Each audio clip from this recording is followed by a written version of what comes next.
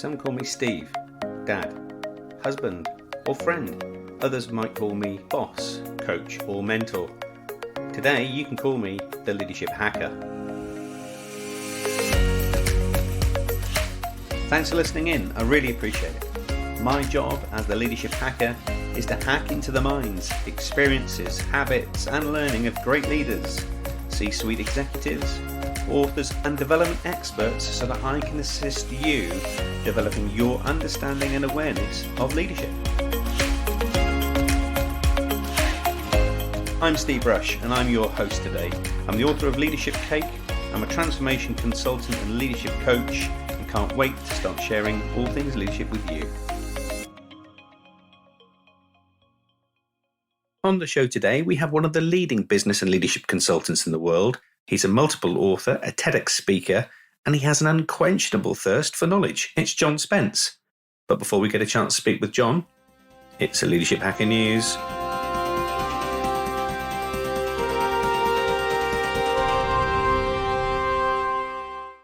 The global pandemic is forcing companies to adapt quickly and to change, to redesign their products and services, or even create completely new propositions to meet the demands of its clients, customers, and its workforce. And what's apparent is organizations are rushing to the needs of their customers and their workforce readily. And now is absolutely the time for innovation and new ways of working. We have restaurants and cafes and small shops that are turning to deliveries and providing doorstep delivery services and vital community services.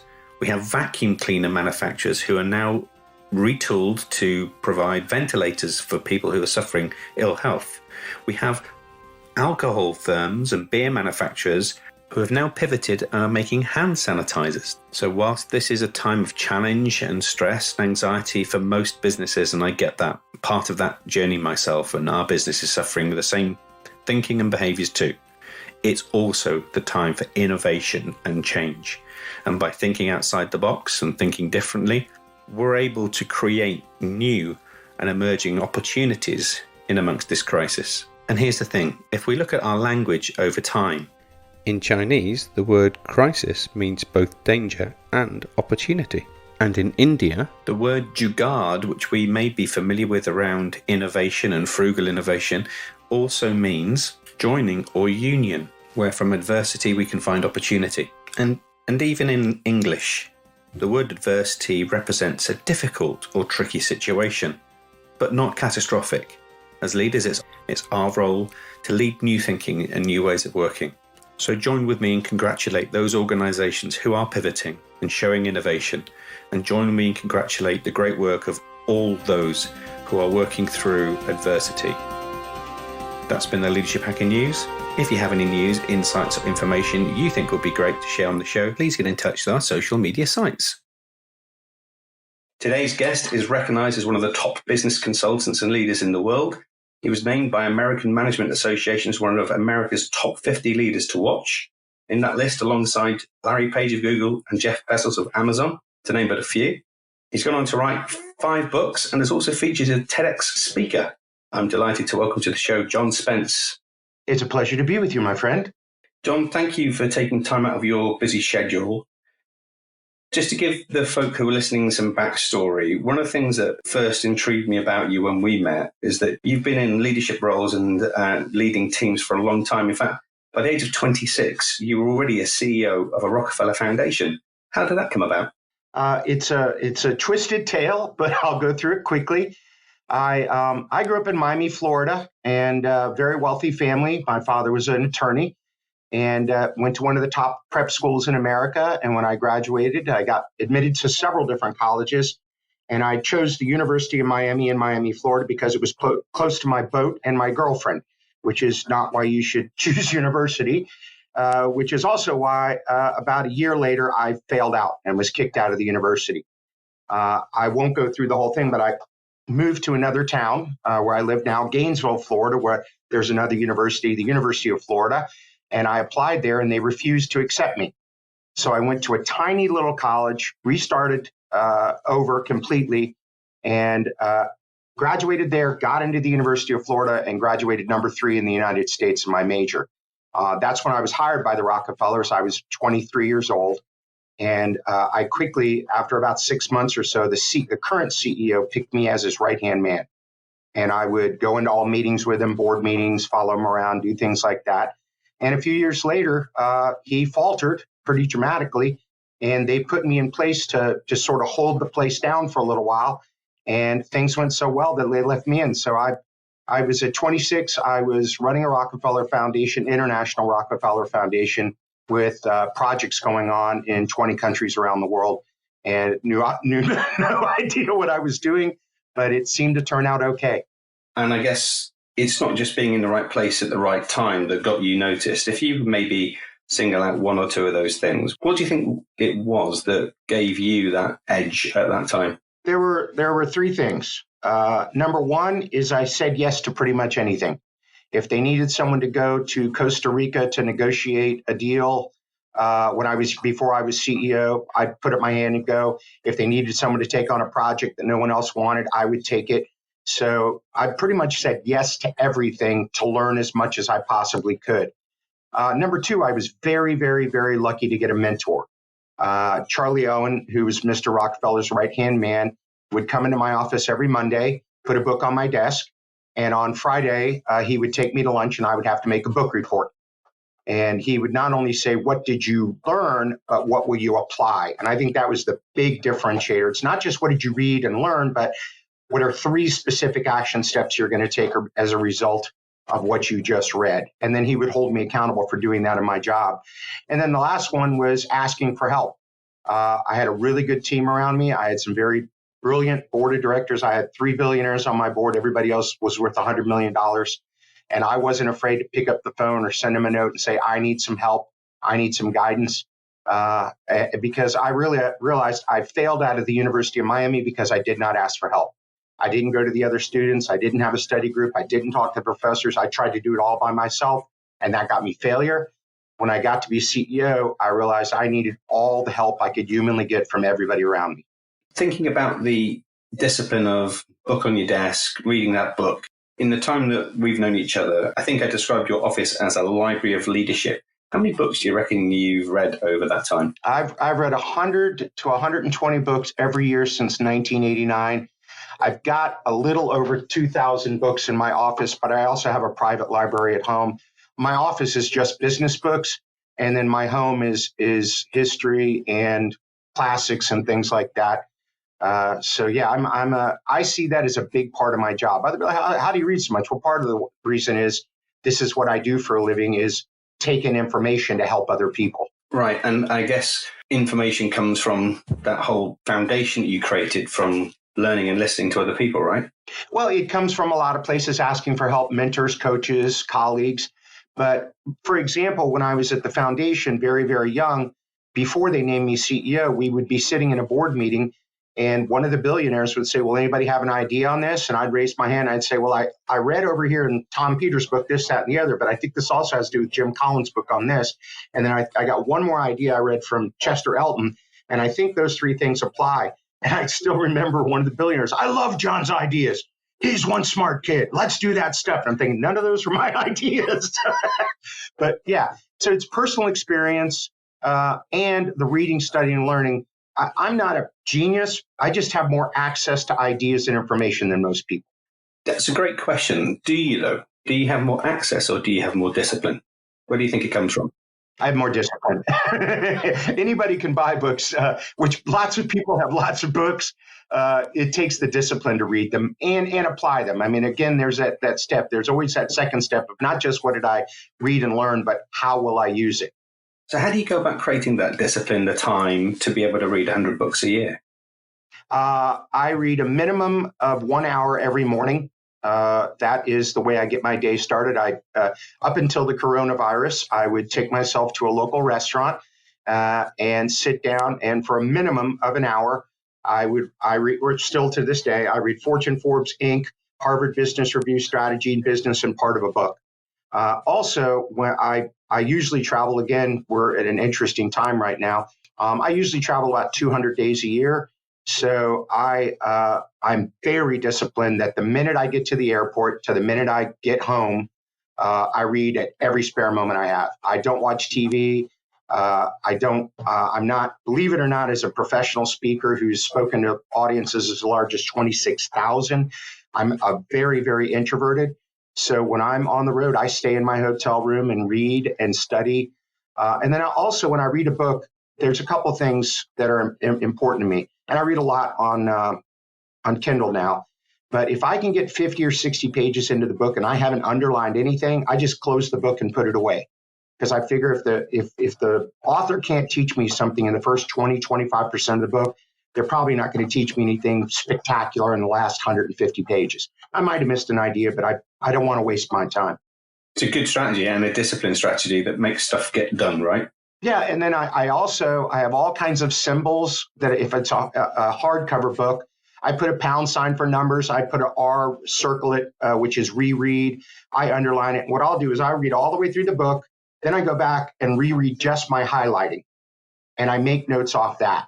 And then I'm sort of a freak. I dictate my highlighting into a Word doc, and then I have all those saved. So I can take a book of 250 pages and get it down to maybe 3 pages of notes of the key ideas. And I have literally thousands of pages of those. Wow. That's amazing. And I think for anybody listening to the show today who doesn't have this as a foundation in their life, what would be your recommendation? How would you get them to start? 12 minutes a day during the week. That's an hour a week.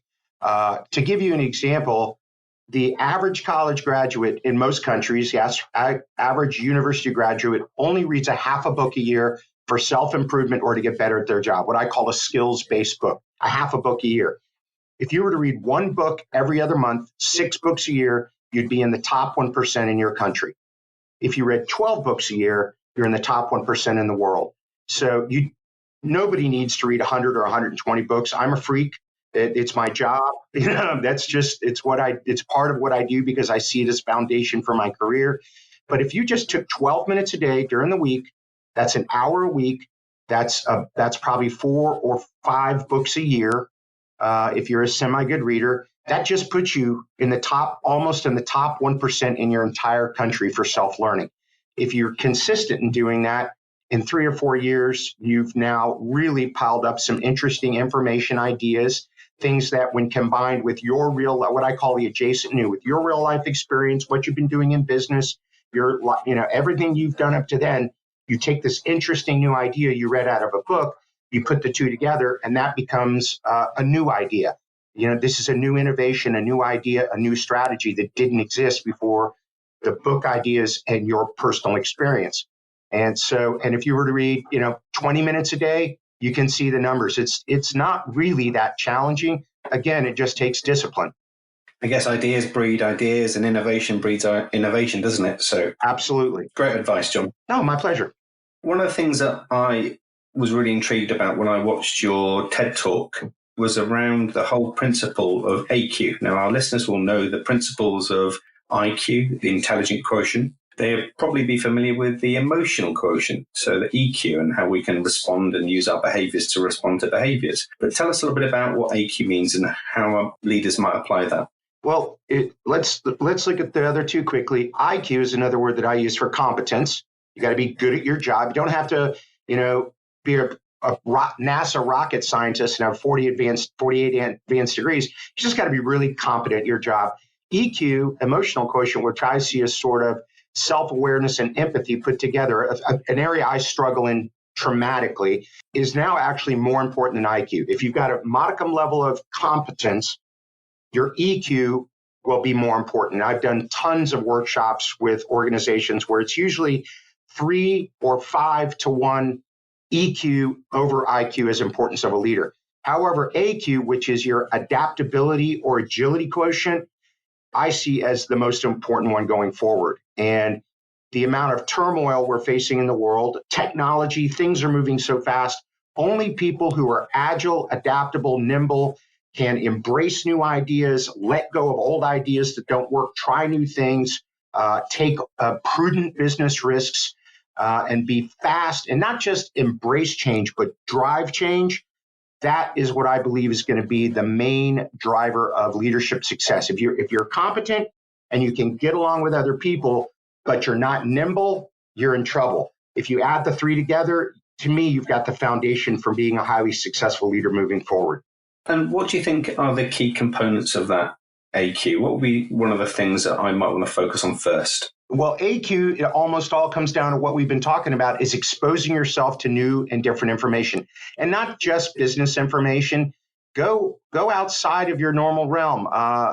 Read, like I read physics and astronomy to try to expose myself to ideas that are so big and so challenging that it stretches my mind. I look at art. I do other things, music, to try to understand the craft behind those, and all these other ideas and other people. Going and meeting people that do things that you don't do and asking about what are their best ideas, how did they learn what they do. So the more information and ideas you take in. Now, the other thing that is really important, and it's one of the foundations of becoming an expert at anything, is, well, I'll give you the 4 P's of expertise. This comes from a book called the Cambridge Handbook of Expertise and Expert Performance, a 1,800-page book written by experts about how to become an expert. And they say there's 4 P's. The first P is passion, which just stands to reason you're not going to become truly world-class at something if you're not passionate about it. The next one is persistence, and we've seen from Malcolm Gladwell's work and others that that's about 10 years or 10,000 hours of being persistent in the third P, which is practice. But it's a special kind of practice called deliberate practice. And what deliberate practice says is you've got a coach, a trainer, a colleague, a friend, but someone pushing you to keep practicing and practicing on the hardest stuff, the most challenging stuff, which leads to the fourth and final P, which I think is the foundation of AQ, which is pattern recognition. Once you study a subject deeply, you've studied it for years, you've read, you've asked questions, you got a mentor, a coach, all of a sudden that it becomes clear to you and you see patterns that other people don't see. Those patterns are what allow you to anticipate things that are coming down the pike. So someone that's nimble, agile, adaptable, part of the reason they can adapt so quick is because they have identified the pattern before it fully unfolds. And that time between when they've identified it and other people see it is their competitive advantage. I love that, John. I think it's a great example of a simple model, but actually helps us just understand that, underlying all of this is that lifelong learning, that curiosity, that in order to get that pattern recognition, you've got to have the foundations, right? You said the word curiosity. You've got to constantly be interested in things, looking at things, learning things, being curious and wanting to understand things deeply. Nailed it. Now, you've come renowned for making the very complex awesomely simple. In fact, that was the title of your last book. How did that come about? That is exactly what we were discussing, pattern recognition. I was looking at businesses. I've had the great fortune of working with companies all over the world, from startups to Apple and Microsoft and Fortune 5 companies. And every time I got in a company, I looked for the patterns of what they were doing really well that allowed them to be the leader in their industry. Also, the patterns of what I saw in companies that were struggling, dysfunctional, and failing. And after years and years of looking at that, also there was this really, while I was doing that, I found this really cool software program called Wordle. And what Wordle allows you to do is to put the text of a document in there, and it finds the pattern. It takes out the ands and the does and the uhs and all that stuff, and it looks for the words that appear over and over again, and then it creates a word cloud. And that word cloud shows you the pattern of the book. So I loaded my book, Awesomely Simple, in there to help me understand the draft of it. And then I went to a bunch of my friends that were authors and asked for drafts of their book, or a copy of their books. And I took I won't drag you through it, but I put about 270,000 pages of the top leadership literature, the top articles, everything I could find in there, and it spit out a pattern. And that pattern is what became the foundation of not only my book, but what I teach today to companies I work with. What a great idea, and using technology as well to help us find that thematic approach to how we lead. So in your book as well, you call out a certain number of characteristics or strategies that will help business leaders. Yes, and they're nothing surprisingly new. They're, again, fundamental, but there's a big thing called the knowing-doing gap. A lot of people know these things, but they don't actually do them every day. They don't implement them and take action on them. So part of the book, and I'm not plugging the book, is I've got lots of questions, workshops, things to think about. Because again, it's not just reading it, it's reading it, learning it, and applying it. And these things I teach people, they go, oh, yeah. And I go, now, on a scale of 1 to 10, with 10 world class and 1 being terrible, where would you currently rate yourself and or your organization? And when they rate it a 3 or a 5, they look at me and go, oh, I know this, but I'm just not doing it effectively every day. And in order to create some of that activity that expedites actions, one of the things you talk about in your book is that kind of creating urgency. And I think most people would recognize that urgency is an incredibly important part of shifting behaviors and creating some shift in status quo. How do you do that without creating panic? It's a super, super good question. I looked at a lot of the research and writings on change management and change theory. And then again, with what I've seen in companies I've been working with for now, I'm in my 28th year, there's 3 steps to this. And there are 2 steps, and the third one is creating urgency. Step 1 is you have to create what I call an irresistible case for change. And irresistible isn't like, chocolate cake. Irresistible is you cannot resist it. It's happening. You have no choice. Again, we're recording this during the pandemic. People are being sent home to work for their homes. We're doing social distancing and by voluntary isolation. You have no choice. You're not allowed to leave your house. So this is going to break a lot of people's patterns. This is going to make them adopt new ideas, new ways of working, new things happening, whether they want it or not. So in any organization, to create a sense of urgency, step 1 is to let people know that change is mandatory. You have no choice. Now, after you've done that, the next thing to do is to immediately tell them about the amazing future that will be there. We're going to do this for the company. This new software is going to allow us to do these things. Being able to serve this customer quickly is going to allow the company to make more profit, but whatever it is, but you need to take that irresistible case for change and balance it with a vivid, compelling, exciting vision of what the change will lead to. We do the change, here's the new future, here's the better future. And then quickly you want to tell people we need to move to the new future. We got to get there, we can't go back. And that's what creates a sense of urgency, because if it takes too long, people sort of say, oh, this too shall pass, and they get resistant, and you get a big group of people that just don't want to change, and that will slow everything down. And one other thing that adds to that allows or motivates that sense of urgency is getting what's called a guiding coalition in your organization.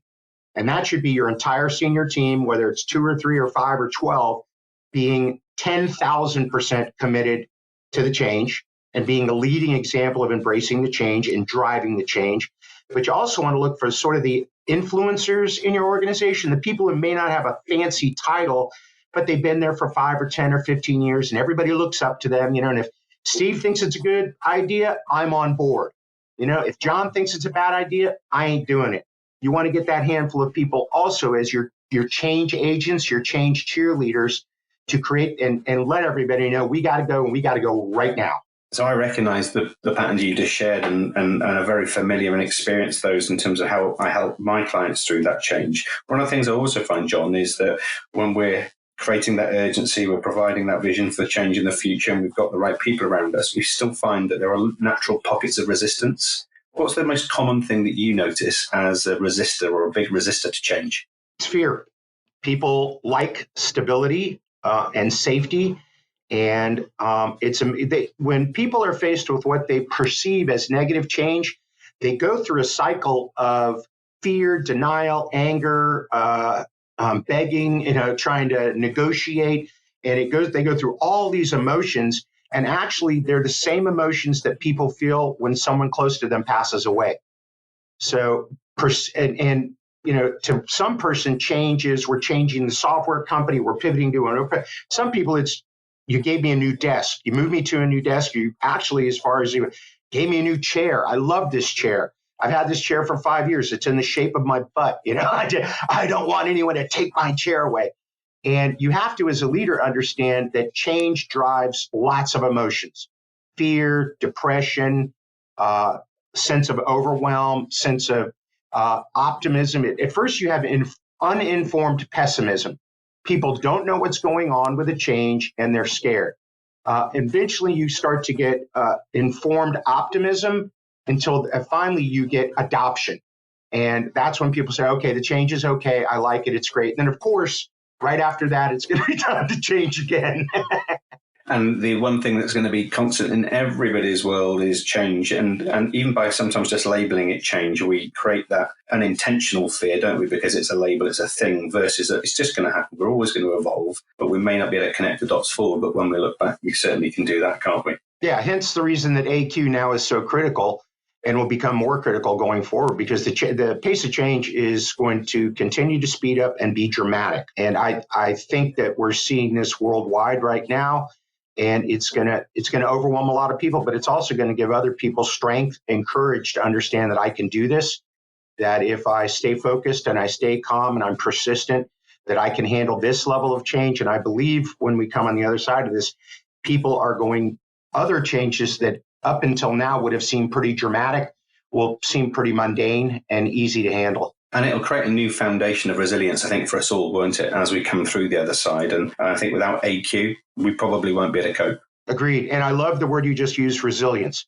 We're going to need courage, vulnerability, and resilience to get through this. Well, extremely well said, Steve. Thank you, John. This part of the show, we're going to ask all our guests to share their golden nuggets, the secrets. Now, when you've read thousands of books, as you have, I should imagine to narrow that down to 3 is going to be a massive challenge. But I'm going to send you the task. So if you could identify what would be the top 3 leadership hacks, what would they be? Number one, which is the most important thing I've ever learned, it was in one of my, I've done 2 TEDx talks, is dedicate yourself to lifelong learning. You've seen a theme through all that, but if you study successful leaders through time, they were avid learners, not just readers, but they were curious. You used that word earlier, curious. So stay curious. Be, I like to say, addicted to learning. That would be my first nugget. Number 2 is ask for help. You can't do this alone, which leads to the third one, which is a combination of the 2. And the single most important thing I've ever learned in my life, which is you become what you focus on and like the people you spend time with. Whatever you're studying, whatever you're reading, whatever you're learning, whatever you fill your mind with, and whoever you choose to spend your time with will directly determine what your life will look like a decade from now. I love those top 3 hacks. Thank you. I remember when I was in San Francisco, I was talking to a seed fund investor, and his little nugget was your net worth equals your net work. Exactly. There's a good friend of mine, Tim Sanders, wrote a book called Love is the Killer App. And he broke it down to these 3 things, K, N, and L. To be successful in your career, you must be bright, sharp, smart, and talented at something that's highly valuable in the marketplace. That's the K, knowledge. Number 2, the network. The N is network. A lot of the right people need to know that about you. And by right people, it's what I call hubs. People that if they're really impressed with how much you know and how valuable it is, they don't tell 2 or 3 people. They tell 20 or 30 or 200 or 300 or 2,000 through their giant networks, as long as you have the last one, the L, which is love. If you're a kind, loving person of integrity, a lot of the right people know that about you, and they also know that you're really good at something that's highly valuable. You have the foundation for a world-class career. Well, we've got double bubble on our hacks. Thank you so much. The next thing I'd really love to explore is that having the extensive career and indeed learning from all of the things that you've experienced, there's bound to be a time where things haven't worked out so well, or maybe we've screwed up. We call this hack to attack in the Leadership Hacker podcast. What would be your hack to attack that you could share with our listeners? This is one that took me 20, 25 years to learn. I'm a very, very logical, data-driven person. I like information, ideas, research, numbers, blah, blah, blah. And I was really against the idea of leading with your gut. But what I've learned over the years, and it's because I have entered into partnerships or business arrangements or hired people, that there were red flags. And I felt a little uncomfortable. I felt a little easy, but I'd be like, I don't feel decisions. I make decisions on facts. I realize now that when I see a couple red flags and I start to feel like something's wrong, that I ought to listen to that. And more often than not, that should be a major determinant in my decision making, which is very hard for me to say. But I've made many failures because I didn't listen to my emotions and my feelings and my concerns and my worries. It's really fascinating. Thank you, John. And I've done lots of research on this too. And this comes from a neurological response to the pattern recognition that we're unconsciously aware of. So when we're scanning thousands and thousands and thousands of situations, we may only be able to present or identify with one or two things in front of us. But in the unconscious mind, it's scanning millions and millions and millions of experiences through our life and our work. And it's giving that dopamine in our brains a little nudge to say, pay attention to this. And of course, whilst we can't use our gut as the defining it's definitely true, we should absolutely pay attention to it. Yeah, that was a very hard lesson for me to learn. But you've learned that. And as a result of learning from it, it's now paying dividend for you in your life and your work. So well done, thank you. And then the last thing we want to explore with you would be that if you're able to turn the clock back and do a bit of time travel and you bump into John at 21, what would be the one bit of advice that you would give him? Wow, that is really hard. I think it would be to stay really curious and ask for help. And we've covered those because they've been so fundamental to me building a great career. And early in my career, I was very confident I was right. I would argue with people. No, I'm right. I got this. I understand it better than you do. I would argue with people 30 years older than me. And then one day I woke up and realized I'm not right. I have an opinion. I have a way that I see things from my perspective. And it's a well thought out and well reasoned opinion, but it's just an opinion. So I would have said to myself, you're not right. Stay curious, ask for help. Lots of other people have other ways to look at things, and they're just as right as you are. So calm down. Just calm down, John. Thank you, John. That's super. So as folk are listening into us talk today, I'm fairly sure that they'll be thinking, John's mentioned TEDx and also books and information. How can people get to learn a little bit more about what you're doing now and find some of the content that you've been able to create over your career? My website is johnspence.com, but I'm going to really encourage folks. I've got to sign up for my blog/newsletter. I've got a newsletter that comes out every 2 weeks. And it is based on all of the stuff I'm reading. When I read a really good article, something fantastic that I'm impressed with, I tweet it, and my newsletter grabs all those tweets. But here's the cool thing. It's driven by AI.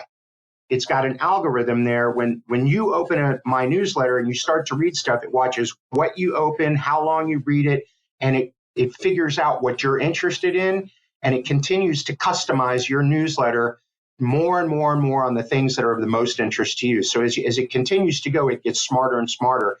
And I load probably 300 articles in it a month, and it'll only pick the top dozen or so that it knows that you're going to be most interested in. And then I only write a blog when it's something, again, I feel strongly about. I don't put one out every week. I just put one out when there's something that I feel is valuable for folks to read. So if you get to my website, sign up for the newsletter, just sign up for the blog, you get both. And that will give you direct access to everything I'm reading and studying right now. And machine learning doing all the hard work for us. What could be better? John, that's kind of brought us to our natural conclusion for us spending some time together today. I just wanted to say it's been super, super useful. There's some great models, some great thinking in there that are going to help our listeners go away and reflect on their approach to reading and commitment to lifelong learning. And I'm hopeful this podcast will also help create the energy and excitement around the foundations for AQ. John Spence, thank you for joining us on the Leadership Hacker podcast. Absolutely my honor and my pleasure. Thank you. I genuinely want to say a heartfelt thanks for taking time out of your day to listen in to. We do this in the service of helping others and spreading the word of leadership. Without you listening in, there would be no show. So please subscribe now if you haven't done so already. Share this podcast with your communities and network and help us develop a community and a tribe of leadership hackers.